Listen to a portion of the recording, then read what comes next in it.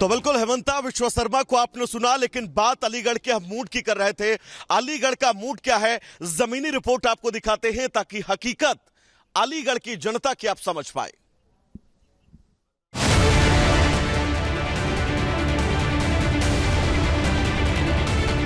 अलीगढ़ की जनता के हाथ में प्रत्याशियों की किस्मत के ताले की चाबी है।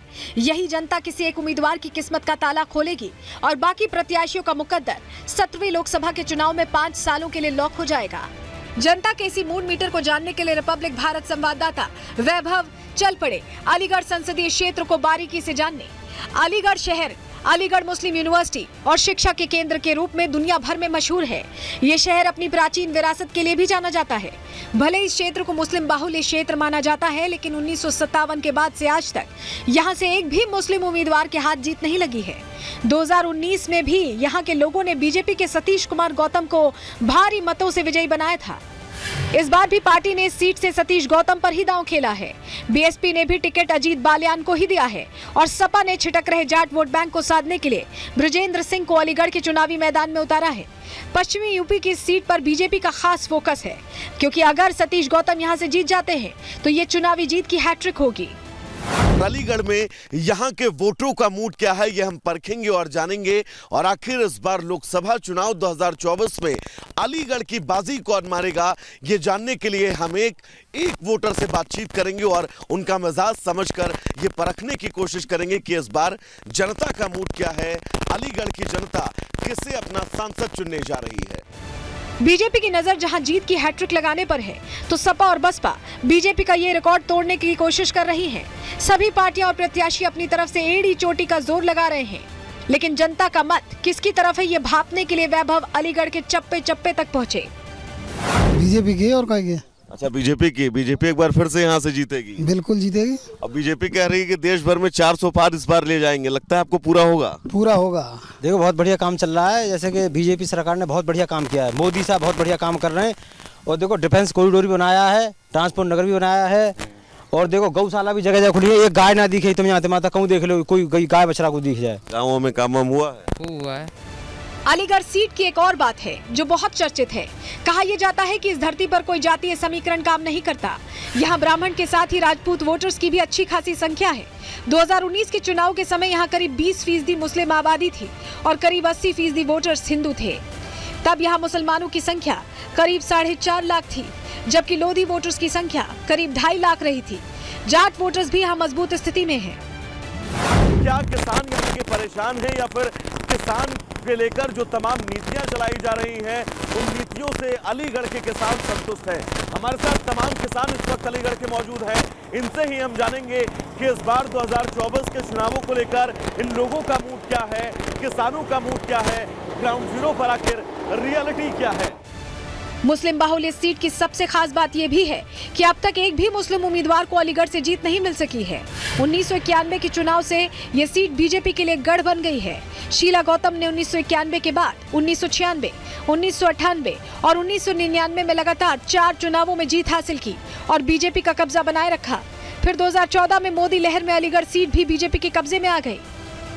सब बीजेपी को ही जाने, पूरे गांव के जाने। पूरे गांव के बीजेपी को ही जा रहे हैं। काम हम क्या है बीजेपी ने? हाँ, बीजेपी ने काम करे। खेती किसानी सब कुछ कैसा चल रहा है? हाँ जी, वो सब तमाम हुआ है, मतलब कुल मिला काम हुआ है। बिल्कुल जो सरकार मंचों से कहती है वो चीजें जमीन पर हैं। हाँ है। और विपक्ष का क्या इस बार होगा? विपक्ष से जो सोच रहा है वो गलत है। 400 पार होगा, बहुत कुछ हुआ है। बीजेपी जो कह रही है कि इस बार 400 पार करेगी, लगता है पार करेगी? करेगी। पश्चिमी यूपी की सीट को जीतने के लिए बीजेपी, सपा और बसपा तीनों पार्टियां पूरे दमखम से चुनाव प्रचार कर रही हैं। अब देखना यह होगा कि यहां बीजेपी हैट्रिक लगाकर अपना रिकॉर्ड बना पाएगी और कितने वोटों के अंतर से सतीश गौतम ये चुनाव जीतेंगे। Bureau report, Republic Bharat. तो अलीगढ़ की जनता का मूड क्या है, ये आपने सुना और समझा। अलीगढ़ के समीकरण क्या कुछ है सियासी, आपने सुना और समझा। अब बात हिमाचल प्रदेश की मंडी की करेंगे और सीधा चलेंगे अपनी सहयोगी सुजाता के पास, क्योंकि कंगना रनौत के टिकट के बाद सबकी नजरें मंडी लोकसभा सीट पर टिकी हुई हैं। सुजाता, वहां के हालात, वहां के सियासी समीकरण, वहां की जनता की आवाज क्या है? बिल्कुल वैभव, देखिए मैं हिमाचल प्रदेश में यहाँ मौजूद हूँ। 4 यहाँ सीटें हैं लोकसभा की, लेकिन एक सीट मंडी की सीट हॉट सीट बन गई है क्योंकि यहाँ से प्रत्याशी बन गई हैं क्वीन कंगना। लेकिन क्वीन कंगना जब से आई है तब से कंट्रोवर्सी हाई हो गई है। कुछ कंट्रोवर्सी जो पिछले दिनों में हुई है उसकी हम बात करते हैं। सबसे पहले आरोप लगाया गया कि कंगना बीफ खाती हैं। उससे पहले उन पर अभद्र टिप्पणी की गई, अश्लील टिप्पणी की गई। उसके बाद बात हुई छोटा पप्पू की, शक्ति के अपमान की भी बात हुई और इसी तरह की सियासत लगातार आगे बढ़ती ही जा रही है। तो अभी तक आमतौर पर हिमाचल की जो सियासत है वो थोड़ी ठंडी मानी जाती है, लेकिन जब से बीजेपी ने अपना उम्मीदवार बना लिया है कंगना को, ये सीट हॉट सीट बन गई है और इसको लेकर लगातार विवाद हो रहा है, बवाल हो रहा है। हर रोज नए नए बयान सामने आ रहे हैं। जब से कंगना की प्रत्याशी होने की बात सामने आई है, कांग्रेस उन्हें घेरने की कोशिश कर रही है, उन पर तरह तरह के आरोप लगा रही है। उन्हें घेरते हुए ये तक कह दिया गया कि कंगना तो बीफ खाती है, गौमांस खाती है, ये किस तरह की हिंदू हैं जो ऐसी बातें करती हैं। हालांकि इसका भी पलटवार किया, कंगना ने भी जोरदार हमले किए, जोरदार जवाब दिया और अब छोटा पप्पू की एंट्री हिमाचल की सियासत में हो गई है। अभद्र टिप्पणी की कांग्रेसियों ने। हमारे यहाँ पे भी एक छोटा पप्पू है। भाषा शैली का वो इस्तेमाल कर रहे हैं, तो ये मैं समझता हूँ कि बहुत दुर्भाग्यपूर्ण है। हिमालय की गोद में बसा हिमाचल प्रदेश वैसे तो ठंडा प्रदेश माना जाता है, लेकिन चुनावी साल होने की वजह से इन दिनों इस प्रदेश का सियासी पारा चढ़ा हुआ है। बीजेपी ने जब से मंडी सीट पर कंगना रनौत को प्रत्याशी बनाया है, तभी से कांग्रेस ने अपमान वाली सियासत शुरू कर दी। सुप्रिया श्रीनेत, राहुल गांधी के बाद अब कांग्रेस नेता और हिमाचल के मंत्री विक्रमादित्य कंगना पर जुबानी तीर बरसा रहे हैं। कंगना और विक्रमादित्य की ये जुबानी जंग बीफ से शुरू हुई और अब पप्पू तक आ पहुंची है। दरअसल ये पूरा विवाद हिमाचल सरकार के मंत्री विक्रमादित्य की एक सोशल मीडिया पोस्ट से शुरू हुआ, जिसमें उन्होंने लिखा कि हिमाचल की पवित्र भूमि पर गौमांस खाने वाले का चुनाव लड़ना अच्छा नहीं है। विक्रमादित्य के इस पोस्ट पर कंगना ने भी जवाबी पोस्ट किया। उन्होंने विक्रमादित्य के बयान को अफवाह बताते हुए लिखा कि मैं बीफ या किसी भी तरह का रेड मीट नहीं खाती। ये बहुत शर्मनाक है कि मेरे बारे में बिना बात के अफवाह फैलाई जा रही है। सोशल मीडिया पर शुरू हुई जंग अब जुबानी हो चली है। कंगना के पोस्ट पर जवाब देते हुए जब मंत्री विक्रमादित्य ने उन्हें पलटू राम बताया, तो कंगना ने बिना नाम लिए तीखा प्रहार किया। एक्सेप्ट किया है कि she has been doing that, she has been consuming that meet.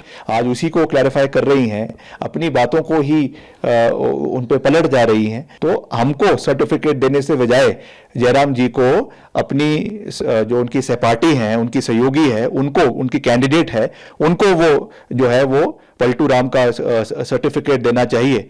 लेकिन हमारे यहाँ पे भी एक छोटा पप्पू है, वो कहता है कि मैं गौमांस खाती हूँ और उसके पास एक वीडियो है, तो वो वीडियो दिखाता क्यों नहीं है?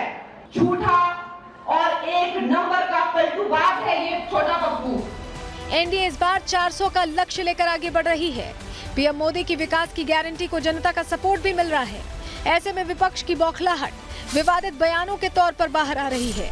पहले विक्रमादित्य ने कंगना को अपनी बयानबाजी से उकसाया, जब क्वीन ने उन्हीं की जुबान में पलटवार किया तो मंत्री जी को प्रदेश की समृद्ध संस्कृति और परंपरा की याद आ गई।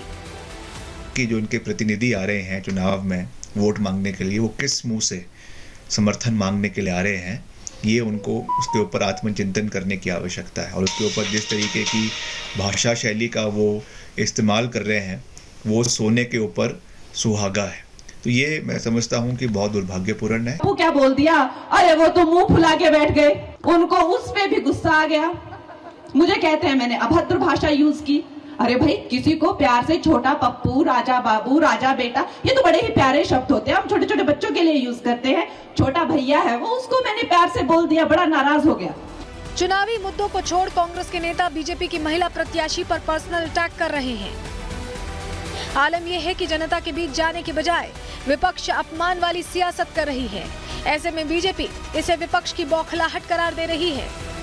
कंगना जी के नाम से उनको वो फोबिया हो गया है, हार का डर हो गया है, उस नाते ऐसे बौखलाहट में ऐसे बयान दे रहे हैं। मंडी लोकसभा सीट पर कंगना की एंट्री ने सियासी तापमान को गर्म कर दिया है।